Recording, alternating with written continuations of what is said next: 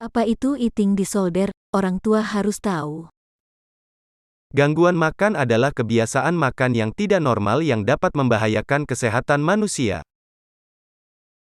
Kondisi ini ditandai dengan hubungan yang tidak sehat dengan makanan, bentuk tubuh, dan berat badan.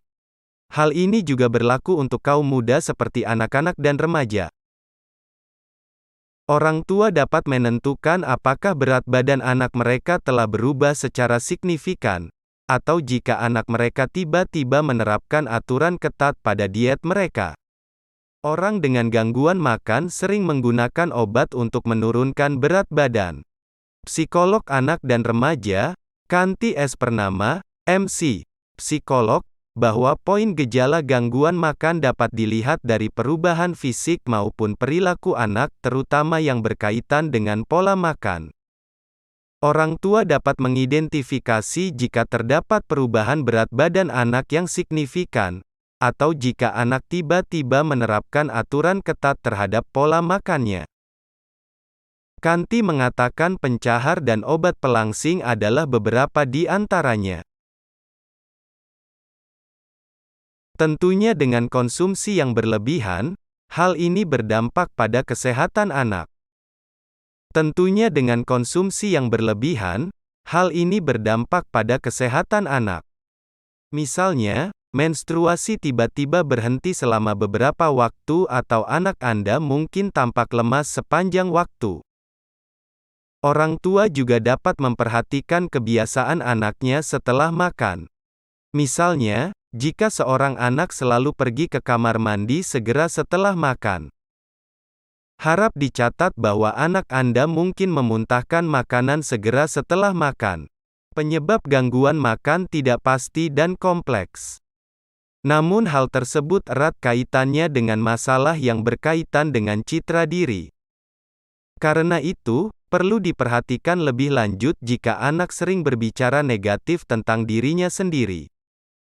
Atau banyak perdebatan terkait body image. Misalnya dia sering bilang, kok pipiku gede banget, pinggulku gede, misalnya di acara live.com, jelas Kanti. Ada banyak hal yang bisa menjadi referensi untuk menemukan kecenderungan anak mengalami gangguan makan. Makanan sehat dan bergizi memang membantu kesehatan Anda. Namun, jika bagian itu tidak seimbang, bisa berbahaya bagi anak Anda. Pada dasarnya, diet adalah pola makan. Menurut Kanti, ketika anak-anak makan makanan yang sehat dan berat badannya turun, biasanya mereka makan lebih sedikit. Namun, komposisi makanannya lengkap dan bergizi. Ini termasuk karbohidrat, protein dan lemak. Karena itu, jika anak tiba-tiba mengubah komposisi makanan, orang tua harus curiga, fokus mengurangi porsi makanan secara drastis tanpa memperhatikan keseimbangan nutrisi yang terkandung di dalamnya. Misalnya, saat makan makanan yang sehat, biasanya porsinya boleh dikurangi, tapi misalnya komposisi makanannya tetap ada. Tapi, misalnya, sebenarnya tidak ada lemak untuk itu. Atau protein, itu benar-benar daging tanpa lemak, dan itu sedikit. Misalnya terlalu banyak sayur, kata Kanti. Olahraga yang berlebihan kompulsif yang berlebihan juga umum terjadi pada orang dengan gangguan makan, menurut Kanti. Ini umumnya dilakukan sebagai kompensasi karena merasa bersalah tentang makanan. Setidaknya aku harus berenang, jalan-jalan, jogging dan makan sebanyak-banyaknya, tapi kenapa dia berlatih berjam-jam, jelasnya.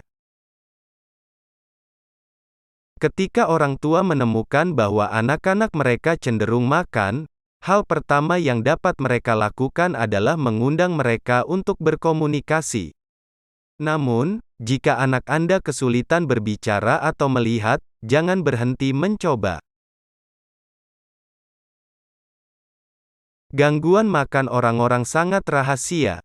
Karena bahkan gangguannya sendiri itu rahasia, gitu. tidak mudah untuk dilihat, dan bersifat individual. Kita boleh tanya, ada kesulitan apa? Misalnya ketika dia sudah mulai terbuka, baru kita habis itu minta bantuan seawal mungkin. Karena ketika gangguan makan ditangani dari awal, kesempatan pemulihannya semakin tinggi, tutur Kanti. Orang dengan gangguan makan umumnya membutuhkan bantuan profesional untuk pulih.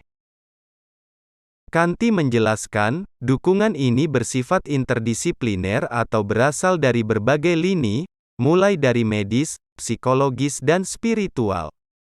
Sebagai aturan umum, pertolongan pertama ditujukan untuk dokter. Ini tentang efek gangguan makan pada tubuh anak.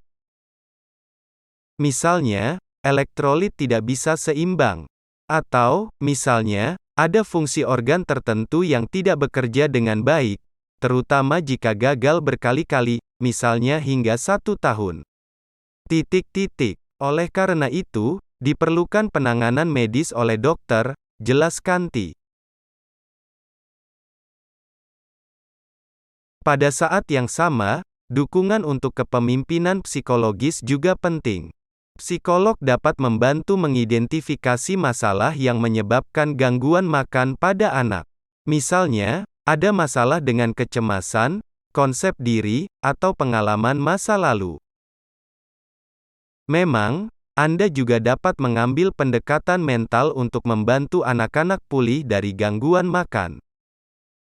Kanti mengatakan bahwa terkadang tidak dapat disangkal bahwa iman dapat membantu seseorang. Orang tua kemudian dapat menggunakan alat bantu pengobatan seperti CBT, terapi perilaku kognitif. Langkah ini biasanya dapat membantu anak dalam proses pemulihan. Informasi tambahan dari jalur yang berbeda, orang tua dapat berperan dalam mengidentifikasi kesalahan berpikir pada anak-anak mereka. Misalnya nih, anak bilang, "Aku terlihat gendut banget nih di foto ini, aku nggak kelihatan senang, karena berat badan aku waktu itu segini kilo," misalnya gitu. Ini kesalahan berpikir. Kita koreksi bahwa, oke, senang karena punya badan bagus wajar banget kok, semua orang juga pasti punya badan yang bagus. Tapi, kebahagiaan kamu tidak ditentukan oleh berat badan kamu loh, gitu, jelas Kanti. Kanti juga mengatakan bahwa gangguan makan adalah perjalanan yang sangat panjang dan bisa terpicu oleh apapun. Maka, orang tua perlu mendukung untuk fokus pada pemulihan gangguan makan anak dengan berbagai usaha multidisipliner dan pendampingan secara konsisten.